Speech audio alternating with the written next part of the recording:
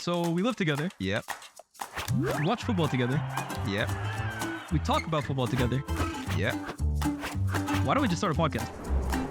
Sounds like a plan to me. Ladies and gentlemen, welcome back to the Eye Test. It's your boy Lyés and my guy CultureCams. And there's no other place to start than Euro 2024. The final has been set. This weekend, England will take on Spain. Woo! And my boy's going to be at the game, man. I'm excited to see you there, bro. I can't lie. I'm gassed for you. Amazing.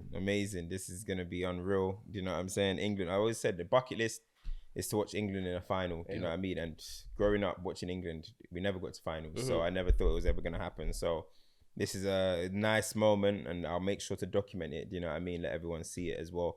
Make sure you follow me on Snapchat. Yeah. A lot of it will be on Snapchat. But yeah, man, I can't wait. honestly. And I'm sure it made that Watkins moment even sweeter because Cam was going to go to the final regardless, right? Yes. So Cam was not trying to go see Rangers versus Danny Olmo. He was trying to see Kobbie. He was trying to see Deckers. Yeah. So that Watkins goal must have been even sweeter, man. But honestly, the best feelings, one of the best football feelings I would say I've had. I would say that I've had some good ones, Man United related, even England related. I mean, I remember Trippier scoring in the World Cup semi-final. Yeah. I remember Luke Shaw. Yeah. But this was special, bro. Yeah, it's up there, man. Honestly, let's get into it then, man. Honestly, we got a lot to talk about. This tournament has had its ups, it's had its downs, and it's all gonna come down to this: Spain versus England, De La Fuente versus Southgate, etc., etc. Where do we want to start when it comes to this? Do we want to start from England's point of view? Do you want to start from Spain's point of view? How they got here? What's changed for these teams throughout the tournament? Where do you kind of want to start with this one? We can start with England. I think England obviously just played the most recent game as well. So, I mean, listen, it's so funny because we did the eye test. We at the start of the tournament, I said England are going to the final. But as soon as this tournament started, I'm starting to get a little nervous. Yeah, I'm like, okay, like this isn't the reality that I expected. You know what I mean? But then let's be 100% frank that when we got to the bracket stage, we looked at it and thought, England should go to the final. But then let's be honest again, as much as people would now say, it's an easy run. People thought Switzerland were going to beat England, bro. That they genuinely did. Like, people looked at it and thought, Switzerland, I think, might have too much for England. England are not playing to the level that they can. And then, obviously, was it Slovakia after that? Slovakia was before that. So, Slovakia, then Switzerland, and then, obviously, the Netherlands. But Slovakia made it tough. At a point, we were preparing our tweets. We were preparing our pods to say England are out. Yeah. Like, we genuinely were. So, obviously, the Jude Bellingham moment, like, if England go on and win this tournament, that's going to be an iconic moment in English football history, you know, like that overhead kick. You know, we'll talk about some individuals, I'm sure, later, but he might not be performing at his best, but that's something he's given England this tournament. That his fingerprints are on this run, you know, and then the Switzerland game as well. Again, going a goal down so late and Saka popping up with the magic moment. Obviously, the penalties. And then obviously this moment again, Ollie Watkins. One thing I would say is, the performances, I think, against Switzerland got a little bit better. And I think the performance against Netherlands was better. And then you look at it, it all come from... And look, people are going to say, Southgate got to the final and why do you guys complain? But public pressure made it Southgate switch something up. Yeah. Public pressure. They continuously kept talking about... They kept clapping back at the fans. But public pressure really made England look at themselves and say... What are we going to do here to switch it up? And credit to Gareth Southgate, he went to a back five or 3-4-3 if you want to kind of call it. Defensively, they play in a 5 and attack. Yeah. But look, that was something that even when England got to the World Cup in 2018, it's a semi-final, people were like, this can't be England though. Like the 5 at the back, no, it can't be. Now we're saying, thank you. That's like all reliable. Yeah. Oh my God. So massive credit because he could have tried to switch it up by saying, let me do a 4-3-3 or let me do a 4-2-4, who knows? But he said, I'm going to go to what I was criticized for before. And here we are in another final. So massive credit to him because we also started Euro 2020 with a back 5 and the football was not that good and he switched it up. So look, he stuck to his kind of original roots of his formation. So I think that's something that we got to give major credit to in this run. Is Gareth Southgate's ability to understand what was going wrong and try and switch it up. And on the other side of things, the character of this team, bro. The character of this team, I've got to give them their props. I mean, what I just said about Jude Bellingham, what I said about Saka, Ollie Watkins, I remember you were saying it to me off air yesterday, hasn't played since the first game. And even after that first game, second game. And it was a runaround minutes. And people were saying, he's kind of out of his depth, you know? You know what I mean? Like, he shouldn't really be at the international level. And here he is, man. Just sat down, waited for his moment. That's character, man. That's resilience. That's resilience. Yeah. Konsa coming in after no games and filling in for Gay to go back to the bench, and Gay come back in and put in a performance like that. The character of this team is the most impressive thing for England for me. 100%. I mean, we spoke about it yesterday off air, obviously. England took a squad of 26. 21 players have featured at this tournament. So you've needed little bits from everybody, bro. Everybody has had to contribute at this tournament because Southgate has been experimenting so much. Who can I trust? Who can I go to war with? To the point of Watkins, right? Just to expand on that, he hasn't played since Denmark. Not only just that, though, he's had to see Ivan Toney kind of take his place and be the one that Southgate relies on when Kane isn't getting it done. And to be fair to Toney, he's had some big moments at this tournament, bro. Massive moments. In a game like yesterday, he could have very easily gone to Toney again. Instead, he looks at Ollie Watkins, who, like we said, hasn't played for 3 games now. Watkins could have very easily just accepted, oh, my tournament's over. Whatever happens, happens. Waited for his moment, bided his time. In a moment like that, you might only get one moment like that at the tournament. And fair play to him. I think that was like, and people are going to say, oh, here we go with English people talking about it. But I think that was Southgate's best job, tactical job I've seen in a match, personally. I genuinely do. I think we're talking about going into this game, we were talking about Gakpo, potential player of the tournament. Nullified. Did not even see him. Okay, Memphis came off injured. Marlon didn't really get many moments. Xavi Simons scored from a flash moment. Very good strike. But overall, Dutch were very limited in their strengths. And also, it's the in-game changes. I know Southgate, we made some changes before that have worked out. But sometimes you think, like the Toney one, when he came on, like, man came on with 30 seconds to go. Who would have anticipated that Jude Bellingham's going to score an overhead kick? So, as much as you give Southgate credit, it's still like, hey, But this one, I literally was watching at home. Everything, I'm not the coach, but I sat on my stream and I was like, nah, bring Shaw on at halftime. He did it. Palmer and Watkins or Toney have to come on. Kane has to come off. He did it. The fact he took off Kane with 20 minutes left to go, plus extra time possibly. Exactly. He did it and it worked. And even when Phil Foden came off, I do think Jude Bellingham should came off. But then even when people were complaining, I said, but guys, maybe it's a stylistic thing. You got to think like Palmer inside right channel with his left foot, similar to Phil Foden, inside right with his left foot. So maybe he's having to do it because stylistically, if he brings on Palmer, which I keep saying is our most creative player, how is Phil Foden going to be in team? So he had to sacrifice just for the style of the team. He had to do it, even though Bellingham was playing worse, and he got it spot on. That is his best coaching job for me, honestly. First half, the football that England were playing with Kobbie, Foden, Saka on that right-hand side. Second half, Coman did do something to switch it up a little bit. He identified that, made England play towards Rice, Bellingham and Shaw, and it declined a little bit. But then the subs completely changed the game, man. So honestly, I think that was Gareth Southgate's best in-game management I've seen in his England reign. And kind of just looking at the final, man, I think the thing with England it's very reminiscent as well too of the last Euros is how they've grown in this tournament, kind of like you said. Euro 2020 or Euro 2021, if you want to call it that. Let's not front. The group stage wasn't pretty at times. But the way England grew game in, game out, game in, game out, leading up to the final, of course, sometimes they say at these tournaments, okay, it's not about how you start, but it's kind of how you finish. And we still have to see what happens in this final, of course. As we saw in 2021, it might all end up in tears again. But give credit to them, man. There have been teams that have probably played better throughout this tournament, but it's all about kind of peaking at the right moment. And if England are to win at this tournament, it has been because they peaked. I want to give one big shout out as well to a player who I think if you want to talk about how England have improved and almost the moment where they started improving, in my opinion, I've been watching this as a neutral. So for me, there's no bias towards players or whatever. I'm just giving it. I'm looking through very neutral eyes right now. And in my opinion, the biggest issue with England, especially throughout the group stage, was that midfield. Started out with Trent kind of playing in that midfield role. And let's be honest, man, we all love Trent. We all love what he could do at right back. But in midfield, in my opinion, very clearly, that was a failure. Very clearly, he was not comfortable in that position. He went for a half with Conor Gallagher. Again, very clear that what he can give you off the ball is great, but on the ball, England were still missing something. And in my opinion, that substitution that Gareth Southgate made at halftime, bringing on Kobbie Mainoo against Slovenia for Conor Gallagher, that was, in my opinion, the moment your tournament changed, bro. That was, in my opinion, the moment it changed. Within 30 seconds of that game, England all of a sudden on the ball were infinitely better. The connections that players were having, the connection that Kobbie has had with Foden in every single game.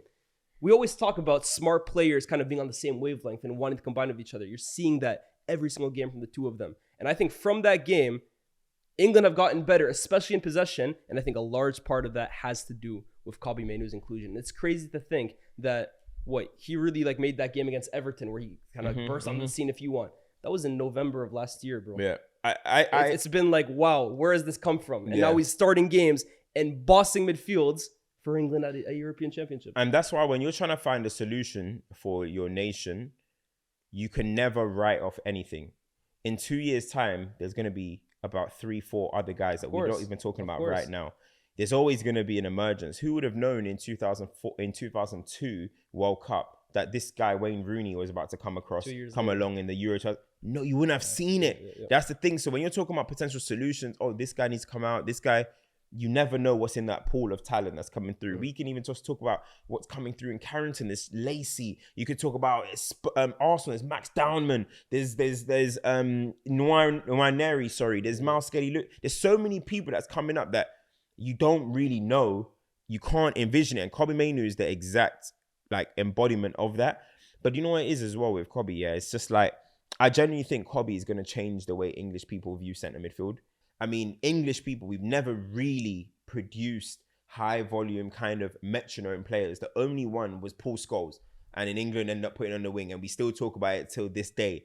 But you look at other countries, Xavi, Iniestas, Pirlo's, all these types, Seedorf, all these type of players, they're high volume passers. They get on the board. They know, they understand the short passing of the game. They understand the tight areas.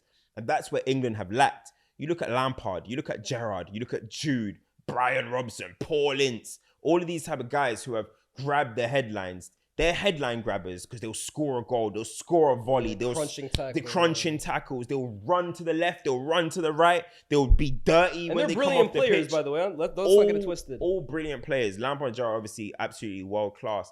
But in terms of producing that pure kind of CM that understands the short passing game, the metronome side of the game, I think Kobbie is the best one that England have produced since Paul Scholes. And I think international football as well, too, to your point. This is really where those kinds of players are massively important. Massively important. Like, that's international football. You always have them type of players, fingerprints all over the game. We look at this France team now. They haven't got a Kobbie Mainoo doing what. Maybe Camavinga's that guy and he didn't play. Like, Is Camavinga that guy? He's a hybrid as well. Camavinga's high touches a lot too. Yeah, but I think he didn't get the chance to. But in that lineup, he's probably the most kind of that mold. Yeah. And I look at it like Carrick, Wharton now. Maybe you could say Jack Wilshere, but he was even getting put to the right sometimes in the 10. But Jack Wilshere, those are the three. And Kobbie Mainoo, sorry, those are the four, I think, since Scholes really played the CM game. The other lot, I kind of see them as attackers. Jude, I see him as an attacker. Lampard, I saw him as an attacker. Gerrard, I saw him as an attacker. But I think when you look at Kobbie, you look at Wharton, you look at these type of guys, this new breed of CMs that England need to produce, you look at the Spain generation of 08 to 12, and everyone has said they're going to kind of go to grassroots football. St. George's was built off trying to produce these type of players. Kobbie is the embodiment of that. Do you know what I mean? And I think there's many more to come. You're looking at what Arsenal are producing in Hale End at the moment. They've got this kid called Max. They've got, we look at what we've got in our academy. There's people that are coming through that are going to be in them kind of high technical molds. England need that, bro. And Kobbie Mainoo is the embodiment of that. And England haven't had a centre midfielder like that at the international stage since Scholes.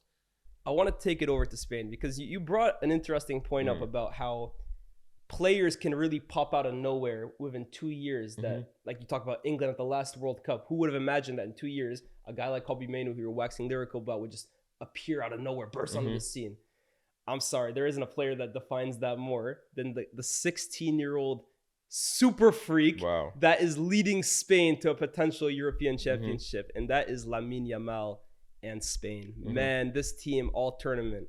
when you want to talk about who has been the best team performance-wise on the eye at Euro 2024, I don't think there's even a question. It's been Spain from match day 1 to now potentially the final. And we talked about it, right? I even made the point on the last eye test basically saying, look, when we talk about the potential of certain teams, like if France get it all together, they have so much quality that they should be unbeatable. Portugal, they have so much individual quality and talent that if they get it all together, they should be brilliant. Even England. But the beauty of Spain, and it's really the history of Spain, right? No team has like a club identity like them. No team knows themselves more and how they want to play and the way they want to execute and their culture and their identity more than Spain. And they've shown it from match day 1 to match day to the final. Every single game, you have an idea how they want to play. You know their starting 11. You know that the patterns. You know how their right winger is going to combine with the central midfielders. Spain have kind of restored the feeling that we saw of those early 2010s team. But then now they have this like speed and like unpredictability that we haven't seen from a Spanish team, like you pointed out, since Joaquin, Yamal, and Nico Williams. I'm sorry, right? I'm going to ask you in a bit, like how the hell they can lose this final. But I'm going into this game again as a neutral and thinking, I cannot see a reality in which Spain do not win Euro 2024. They're irresistible, man. Yeah, I mean, obviously, they've won every game. Every single game. They've won and every I think game. they might be the first team ever in European Championship to win 6 games. There Or we 6 go. games in a row, at least. I mean, they're. It's hard to see how England will win that game, but I do think the way England are gonna have to do it is they're gonna have to be tactically smart, bro. Spain are gonna do what they're gonna do. I think Spain are strong enough to impose their will on anyone. You know what I mean? So I think England will end up deferring to how Spain play, but I think England are gonna need to tactically be very smart. You're gonna have to limit Rodri getting on the ball. If you start letting Rodri get on the ball and pass it around, you're in trouble. And that's something France did, by the way, right? Yeah. France, I think Rodri's weakest game of Euro 2024 so far was actually against France. And if you guys noticed, for most of the game, N'Golo Kante was almost like tasked with being Rodri's shadow. Every time he gets on the ball, be in around him, be disturbing him, make him make uncomfortable plays. And then the minute Kante came off and Griezmann came on, Griezmann was then assigned that task. So I think that's the way to it's very difficult to stop a player like Rodri because he always wants to get on the ball and he'll drop deep, he'll go into spaces to get to have an influence on the game. But you have to make it uncomfortable for him. So England are going to have to do similar, bro. Yeah, no, I agree. You have to make it uncomfortable for him. I mean, it's easier said than done. Of course. So I think England are going to have to try and get around him. You know, Olmo is going to be buzzing around in them 10 areas. Yeah. So a lot of the time, Rodri is going to be seeing the ball kind of singularly. Like you see when Busquets used to receive it, Alonso's right there, Xavi's right there. It's different when Rodri's receiving it. So I think you're going to have to get a Jude Bellingham around him. In this game, Jude, all that rattle battle that I was talking about, we need that. Yeah. He's going to have to be buzzing. I think Jude Bellingham assignment against England, against Spain has to be Rodri. Disturb Rodri. And we have seen, as good as Rodri is, we have seen when Rodri is isolated, he's falling over the place. He's not like Decker's defensively. He's not. We have seen when you get at Rodri, you can get at him at times. Easier said than done again. But you have to try and get him in isolation moments, which he's smart enough not to get in them moments. You know? But when you do get him, you can catch him. Remember Musiala dropping him to the floor just the other day. You have to get around Rodri. So I think that's important first and foremost. And I remember when we were at United, where Fergie was talking about like Pirlo, get around him. You have to get around him, and that's how you can win the game. Disturb him, So I think Jude is going to have to do that. I think with Declan Rice, obviously he's going to have the battle with Olmo. Is going to be with Olmo, probably.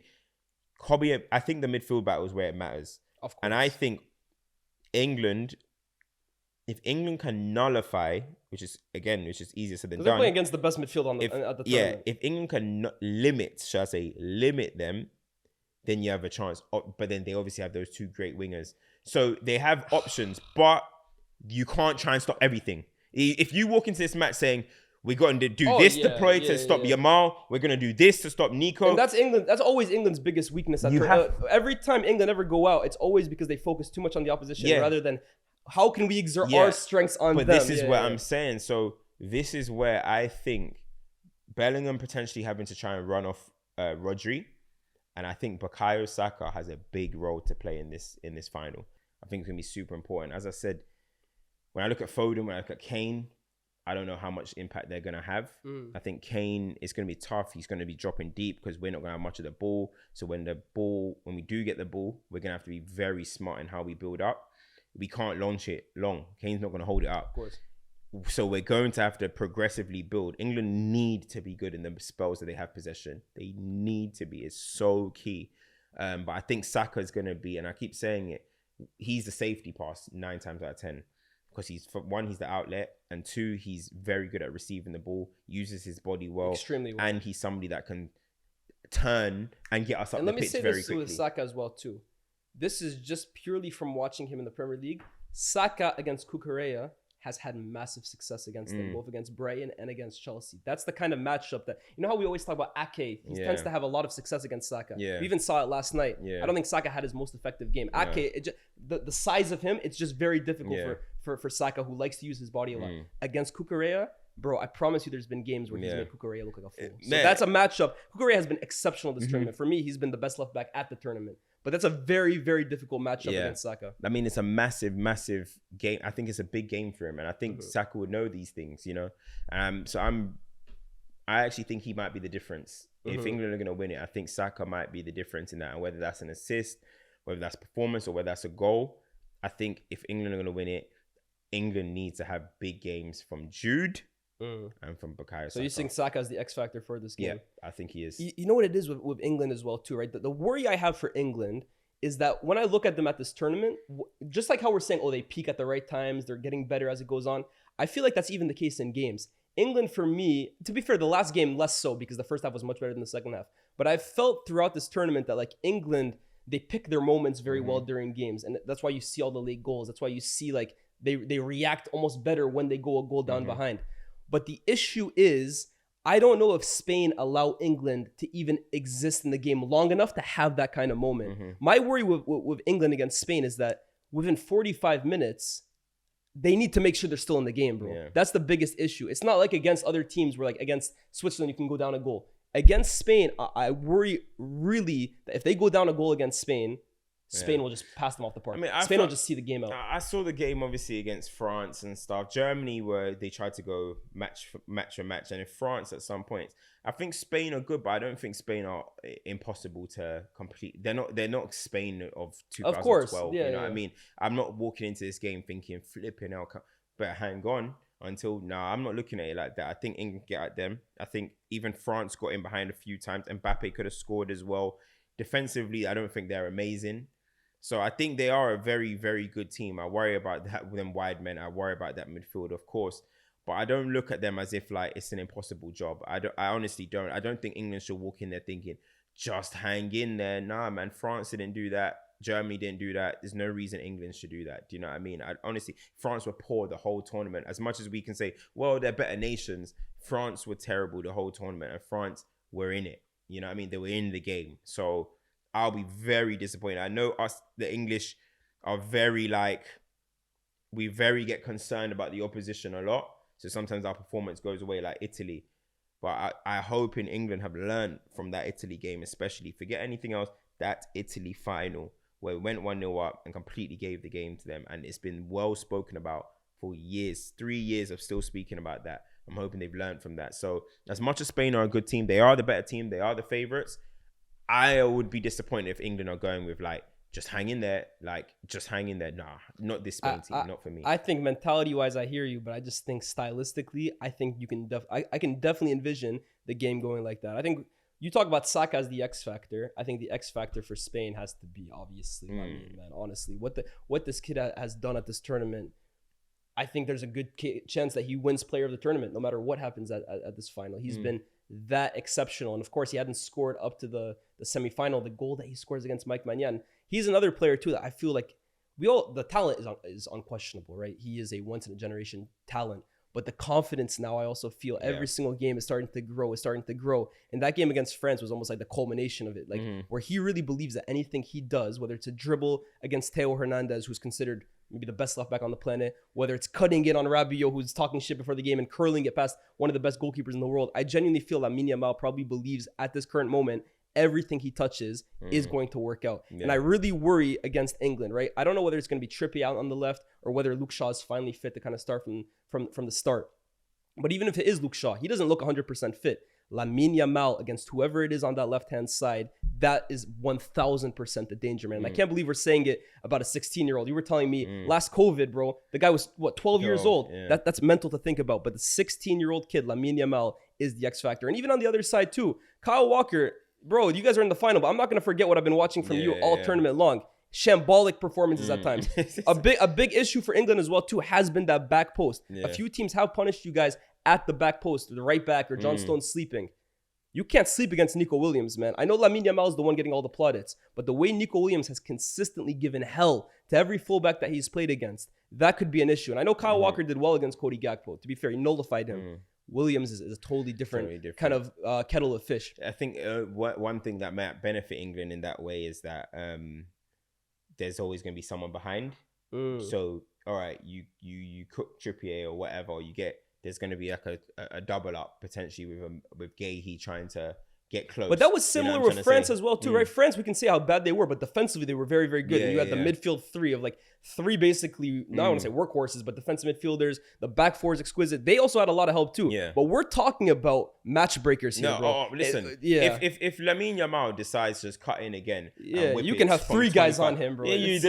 You have to hold your hands up and say, fair enough. Like, France cannot look at how do we break that down defensively? Bro. No, he got the ball, they did their thing, cut it in and good banged defense, it top in. better offense. Yeah, simple as that. I mean, if that's the case, nothing you can do. Like, we know the quality of Nico, we know the quality of thing, but I'm just talking about, hopefully, if there is situations where he does go past Trippier, Gahey's right there. If he does go past Bukayo Saka, Walker's right there. That's what you're hoping the case is. But if Nico Williams decides to jink past three and whack it top bins like he did last time, or my man decides to cut in and top bins, there's literally nothing you can do. Same way with the Bukayo Saka goal. How much more can Switzerland have done? He cut in, he whipped it. Yeah, it's a moment. There's not much you can do, you know? Like, so, yes, that moment of brilliance. And look, we've seen even with England, look at Ollie Watkins' goal. That's individual brilliance. You know what I mean? People won't want to associate it because it's Ollie Watkins. It is, 1000% that's individual brilliance. Yeah. Jude, that's individual brilliance. You know, Saka, individual brilliance. Lamine on the other side, individual brilliance. It might come down to that, bro. It might come down to that in a boring. I'll say this for England. I think it will definitely come down to that. I think any way England beats Spain, it will be a product. Okay, you're gonna have to defend well. Yeah, of course. But the goal, from what I've seen from England all tournament, it is going to be a moment of magic. It's not going to be some well-worked move, five, six passes, back post cross. That Spain might get you with that. In fact, if you want to ask me how Spain can hurt England the most, I think those back post crosses that Lamine has almost like trademarked at this point, those curling back post passes. Like I've said, England for me, I've been weak at that back post. That curling one that always tends to find Fabian Ruiz, by the way, too. It almost is always him. I would not be surprised if one of the ways Spain breaks down England on during this final on Sunday is a Lamine back post cross to Fabian Ruiz, because we've seen it so many times. That might be a reason why Gareth Southgate plays Trippier, so he coming on into Trippier's stronger foot. You know that? That might be a reason. So if Lamine always wants to do that, he's coming in on a stronger foot to Trips. So that might actually be a reason why, looking at it, why he might play. That three at the back could be beneficial in those moments where he cuts in. You're hoping the box is crowded. You know what I'm trying to say? So, yeah. Who do you start? Do you start Luke Shaw or do you start Trippier? It's crazy because I think Luke Shaw came on, and I think when he came on, England got worse. But I'm not saying that's his fault. I think England got worse because we started having to play down that side. Our stronger side were obviously the other side with Kobbie, with Foden, with Saka. And it started to break down when we started playing on that side. Trippier wasn't really doing anything offensively, but I think England played better when he was on the pitch. So it's a tough one. I think he'll still go with Trippier, because I actually do think in this game, listen, it's still Gareth Southgate. We're giving him some credit now, but I still think he's going to be thinking, let's shore it up defensively. Oh, 1,000%. You know let me make 1,000%. sure. Let me not make an attacking kind of. Yeah. Let me make sure it's a smart defensive one. So as I said, coming on his right foot, I think he don't mind. No, but that's safe. What Southgate would do. I'm asking what you would go with Trippier as well. I would probably still go Trippier because he's warm. He's ready. Throwing Shaw for his first start against the best right winger around right now is you'll be in a bit. You know what I mean? Like throwing him to the dogs. Yeah, you're really throwing into 45 minutes. Let him see what's going on. Lamine's had a 45. Okay, maybe you can come in, but throwing him straight after roaring, purring fresh off his birthday, Lamine Yamal, yeah, or Luke Shaw's first start since February.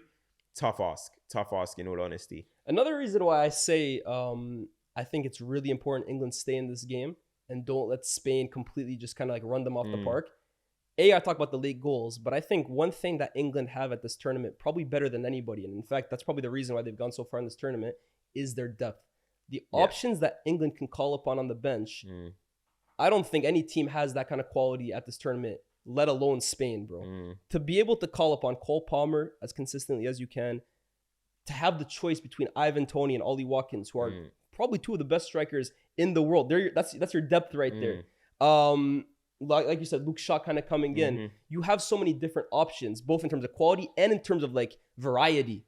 I do think that's a huge reason why England have been so dangerous late in games, because they do have like fresh legs that have that kind of quality. And I do think that that's one thing when I've looked at Spain at this tournament. When Lamine and Nico kind of come on, and then you're throwing in a Ferran Torres, and you're throwing in an Oyarzabal, and you're throwing in those kinds of players. Vivian came on the other day.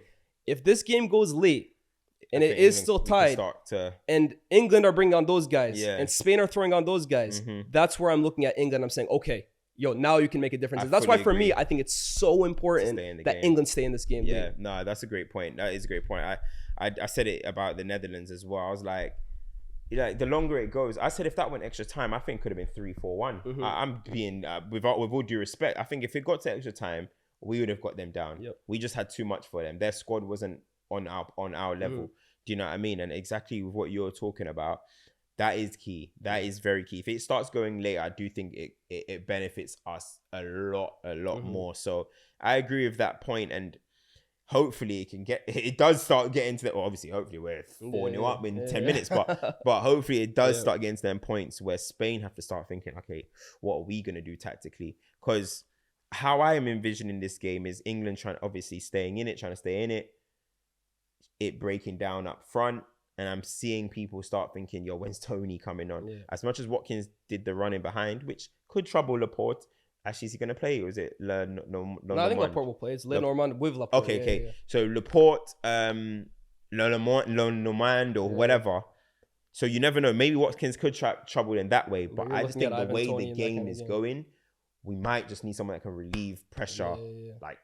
It's crazy because I say it every season. I say nearly every season, the best number 9 performance you get of a season is by Ollie Watkins. He gives you one. Everything. He gives you one. He gives you a Drogba-esque performance. Every season, bro. It's true. But I just think the way England might be trying to play, it might suit a Toney against a Spain just to kind of like hold it up a little bit and try and get an outlet pass going, or it might just end up being long ball to Watkins just to keep running in. You start giving the ball to Spain too much. I think it depends too, because here's another thing too, which is crazy to say about England. Genuinely, if it's heading last 5 minutes of extra time and you're looking at penalties, I can't believe what I'm saying, but England, I'm actually confident about England in the penalty shootout because of how many specialists they have. So this is my whole thing, right? Like, I feel the longer this game goes on and the longer Spain fail to break down England, which let's see if that even happens.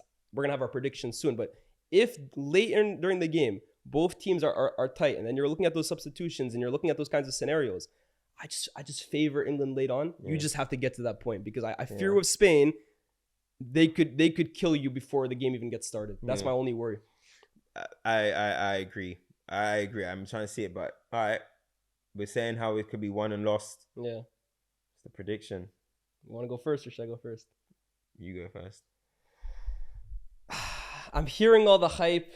I'm hearing the story. I'm hearing the narrative. I'm hearing this feels different. This feels like our time. It means more. Let me tell you this though, right? I heard the same stuff 4 years ago, bro. I guess 3 years ago because of COVID. I just feel like the same stuff was said at the last Euro. I feel like the same stuff was said at the World Cup in 2018. Oh, everything is going England's way. Like the last minute. I hear it. It's a great story. But I just feel like the best team at this tournament is going to get it done, man. I think Spain will have too much in possession. I think Spain's wingers will have too much against those fullbacks. And I think Spain will take care of business. I got Spain winning 1-0. 1-0 Spain. Dagger, man. That'll be 1-0 Spain. No, I don't think it's going to be a dagger. I think they're going to score like first half. Okay. First 45 minutes, they're going to go up 1-0. Or maybe 60 minutes they score. I'm telling you, it's going to be a cross from Lamine, to Fabian Ruiz. Fabian Ruiz is going to score the winner. And then England are going to throw all their pieces. They're going to chase the game. But I think Spain win 1-0. I'm going to go 2-1 England. Yeah, you have to. I got to go 2-1 England, bro. I'm going to go 2-1 England. I went 2-1 England for Netherlands. I'm going 2-1 England today. I mean, against Spain. How does it go? break that game down for me. Bro, okay, it's going to go Bukayo Saka opener. Okay, 1-0 England, okay. 1-0 England, Bukayo Saka opener. Then, actually, no. He's not even confident in his own I don't know prediction. about goal scorers. I'm going to go Bukayo Saka opener. They're going to equalize. Yeah. Spain are going to equalize. We're going to make a sub. We're going to make some subs. And I'm going to go with a Cole Palmer winner. Cole Palmer to win England the Euros. Cole Palmer winner. Jeez. Cole Palmer winner. And that winner, it might be a penalty if Kane comes off. It might be. And Cole Palmer takes the penalty. Palmer takes the penalty. Oh my God. Guys, I cannot wait. Obviously, I'm sure you're even more excited. He's going to be there in the flesh, man. Imagine you witnessed that in front of your very eyes. Listen. You got a mad 6 months, you know? You got a mad Bro, yo, listen. Oh, it'll be special. And if my prediction came right, how I said it, yo, BR team, you guys better get chopping. You guys get chopped. I better see that go edit, viral, bruh. What? Hey, I need that with music. Yeah. I need that with, I need that with music. Might even need it in black and white, bro. You know what I mean? Honestly. I'm excited for it though, man. I'm excited. Guys, let us know in the comments section down below your predictions, where this game will be won or lost. Who's the X factor? Let us know all of that stuff down below. As always, shout out to BR for powering this podcast. They're putting all our clips out on Twitter, TikTok, or I guess X nowadays, X, TikTok, Instagram, YouTube Shorts, all that good stuff. So check them out as well. One more. With that being said, one more. It's been Culture Cams. One more, people. It's been your boy Lyés, and we'll see you next time. Peace.